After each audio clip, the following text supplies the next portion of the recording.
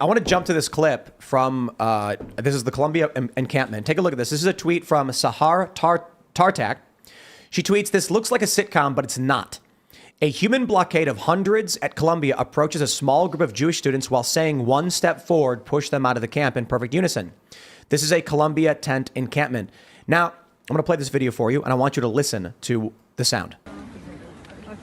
I'll skip over. Here we go. Excuse me, do you see what you guys are doing to us? We are going Do you to see how hostile this slowly is? And you're asking me not to record?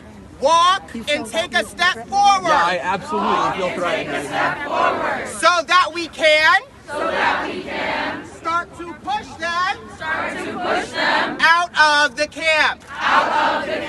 One step forward. Another step forward. We ask that you please respect our privacy and our community guidelines, which you have so far disrespected, and leave our camp. I want to pause real quick. There's a few things to point out, but I do want to play more of it. Yeah, I just want to point out that that sounds like a Steven Crowder doing an impression. I was going to say, that cult is crazy. Sounds like a Steven It Crowder does. voice. So it's a cult. You can hear them all chanting in unison. They're saying our privacy. This is hundreds of people in a gigantic public park yelling at the same time in unison, our privacy, like some kind of hive mind beast. Yeah. It's crazy. Let me play more. You got to hear this. One step forward.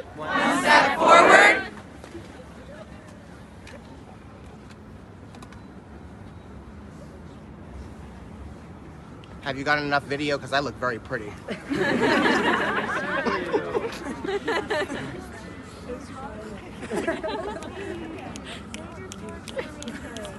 You guys don't have to do this, you know? You're all here because we're here. Why are you giving us We that were here power? before you came here. I understand that, but you're doing what Repeat after me. You're doing what you're doing. I'm bored. We would like you to leave. You just did that for me. So why did he say, repeat after me, I'm bored, and everyone yelled, I'm bored? Isn't this like the creepiest thing? It's very creepy. There's hundreds of students. So the precursor to this video is this dude who's leading it, this activist guy. They're all wearing masks, by the way. They're wearing like, the medical masks. He's like, we have Zionists. I need help. We have Zionists. And then someone yells, mic check. Mic check is when you yell and then the whole group repeats what you're saying. They say the reason for it is that it helps amplify the sound so everyone can hear it. That is not correct, because you could very easily have facilitators, they call it, do this. Meaning, you only need one person to yell, we're going to march. One more person halfway down says, we're marching. One more person down says, the march is beginning. You don't need the entire group to do it. The reason they have the entire group do it is that it is a typical cult building exercise. You get people to chant what you say and imbue your intention through them. Like when you get someone to say the words themselves, it affects their will and their intention. But you don't need me to say anything like that. Y'all just watched the video. Yeah. Where one guy yells, repeat after me, I'm bored, and they all do it in unison. The creepiest thing, this one guy doesn't like these people for whatever reason and says, respect our privacy and our guidelines. None of those people have any idea what's going on. They don't know who the people are that they're mad at. The people they're mad at aren't even saying or doing anything. According to there's a longer video. The woman says that they entered the encampment and one guy was wearing a Star of David, and that's when he started yelling at them. Well, it's like the horror movie Slither, where literally they are on a hive mind, but it shows you that all we have to do is very peacefully go after that person in charge, and the rest they won't know what to do. And furthermore, actually, it kind of gives me sort of hope for the future. Like, people are always like, Scott, why are you focused on voter registration? Why are you doing what you do? It's because it's about who plants the seed first. That's all it is I think the majority of people, and I mean this respectfully, can be swayed. They can be persuaded either for good or for bad. And I think that's what we're seeing in that video. So we must be the seed planters and go out there and reach people first before the opposition does. Yeah, of course. I mean, people want to be part of a group, and that's actually not a bad thing. It's a good instinct. The issue is it's very easily hijacked. Humans are tribal creatures, and if you have somebody who makes you feel like you're a part of something and you're actually giving yourself to something greater and contributing, what they're able to do in that instance is manipulate a very good and wholesome and normal human feeling and use it for whatever causes they might be trying to use it for, nefarious or otherwise. Right. I think a lot of activism that we see like this is actually people saying, this is like the cool thing that's going on. You want to be a part of this. And especially, you know, there is a reason this type of protest is spreading through the Ivy League right now. There is a level of, there is a culture of this is the social currency that you are posting, saying, doing the right thing. And again, I think with this age group, like Jim was saying, they want to be a part of something. They want to have a community. When your community is feeding you bad information, when your community is teaching you to act in a way that is actually not for the betterment of everyone around you, it's very easy for students to fall into that trap. Yeah, well, and like people speaking in unison or chanting in unison, it can be a very beautiful thing if it's for a good cause. Obviously, like I talk about it all the time, get your bingo cards out. I'm Catholic. We pray, we chant. No, I know. But there's a difference between that and then just some guy who's on a politically trendy bandwagon getting everyone to follow him. Here's the reality. People are going to chant. People are going to speak in unison. People are going to want to be a part of a group. The question is, are you going to be part of like an age-old group with beautiful, timeless values, or are you just going to jump on whatever bandwagon you're told to jump onto? This is cult versus religion. Yeah, this is part of it. Moral traditions versus some guy telling everyone what to do. Yeah. Peter Boghossian, James Lindsay, Helen Pluckrose, they're the ones that did the Sokol Squared hoax, where they submitted those goofy leftist versions of academic papers where they like reworded Mein Kampf into feminism. And But Peter and James had been talking for a time back then about how this is a non-theistic religion. That 100%. These are people who behave as though they're a part of some religion. They have sinners, they have priests, they have like forms of sin. Like right. It's all there. Yep. Yeah, of course. You can be an apostate. You can be ostracized. But there is no core tenet. There is no central philosophy. They end up absorbing postmodernist philosophies to a certain degree, but it's very obvious that, a lot of people define woke as like postmodernist thought. It's not correct. And you can see that in the hypocrisy taking shape. I'll give you a really, really great example of this. I love this so much. Some like red pill dude posted a picture of a woman who was ripped and like flexing. And he said, mommy muscles is propaganda to make men gay or something like that. And he was like, if you're attracted to muscular women, it's making you gay. What? A community note was added, and it said, if you are male and attracted to a female, you are not gay. Now here's where we go. Leftists started making fun of this guy for being a red pillar. Now hold on.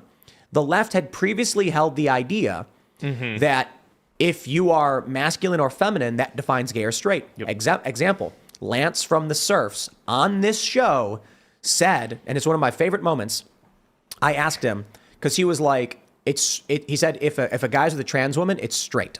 And I was like, but these are two males. And he's like, no, it's because that person is a woman. And I'm like, okay, so if there's like a really feminine guy and like a really masculine guy and they're gay together, that's straight? And he goes, yes. And I was like, okay. So if there's like a guy and he's with this big muscular, like manly woman, that's gay? And he goes, yes. And then Ian goes, yo, that's messed up. You can't call a guy gay because his girlfriend's ugly. And I was like, he's right though. It's true. It was 20. Then Lance goes on Twitter and makes fun of the guy who said the exact same thing Lance said. Because the left doesn't have any core tenets. They have an amorphous, whatever the hive will do is what we think is right. As exemplified by hundreds of people chanting in unison when they have no idea what's going on. And the end result is Jewish students were removed, or I should say Jewish people, I don't know if they're students, were removed from this or blocked from it by hundreds of other students because one guy deemed it so, and they all marched in lockstep. Well, listen, there are a lot of very nice women out there who give me compliments on my hair, etc. Ladies, you are not gay because I am an effeminate man.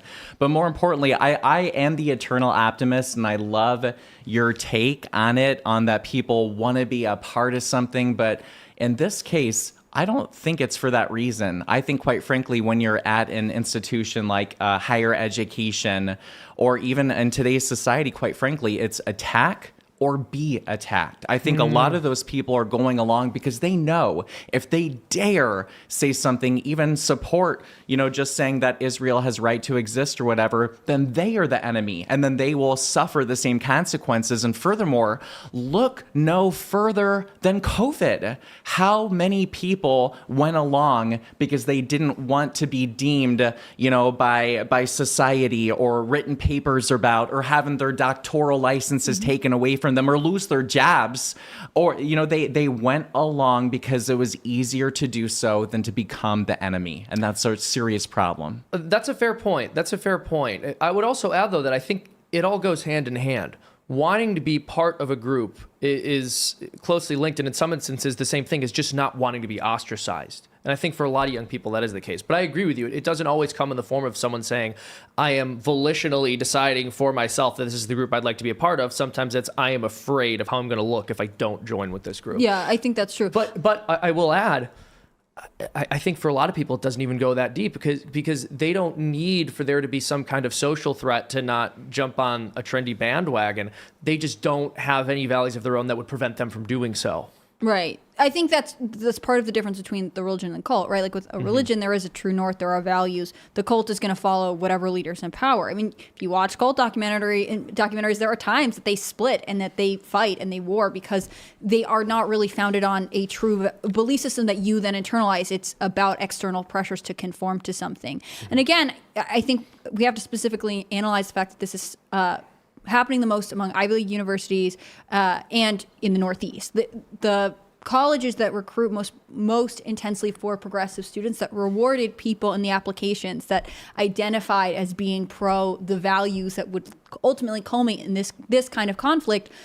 There's a reason they were like, come to our school. They thought this was good, again, because it was billed as being the socially acceptable, the right, the trendy, conservative students are backwards. But universities where the stances are more mixed, as far as I can tell, there might be some sort of conflict. There might be some conversations about what's going on, but it's not like Columbia. There is not this kind of mass gathering on one side of this issue. These institutions built a terrible foundation for themselves, and they're watching it crumble now. Well, and you hit the nail on the head by really saying that this is rewarded, this is accepted behavior. And that's why when we see Google firing people, and when we see the House, who then brings in presidents of universities where saying intifada was allowed and that was not hate speech and that was free speech, and then we're seeing those presidents fired, the Overton window is now shifting back to the right. And I think we're seeing it from these tech companies, et cetera, that previously they would have never done such a thing. Now we're finally seeing some good results. I got to do this because I was making fun of Fox News yesterday, but intifada. You said intifada. Did I? Yeah, I was watching Fox News the other day, and I think it was Kilmeade, and he kept saying intifada, and I'm like, it's intifada. Intifada. Oh, and I was like, pardon me. Frittata. I don't know why. Here's what I said. I was like, I said out loud, is Jesse Waters gonna point that out to him? And he didn't. And I was like, if that was me, I would do it. And then when you did it, for correcting me. I was like, now I have to do it. I have to say it. I have to correct it. No, it actually would have been funnier if you didn't. And then you were going on about how he should, and then you just didn't do it. Thanks for watching this clip from the Timcast IRL podcast. Hang out with us live Monday through Friday at 8 p.m. and become a member over at timcast.com for uncensored, members-only shows exclusive. Thanks for hanging out, and we'll see you all next time.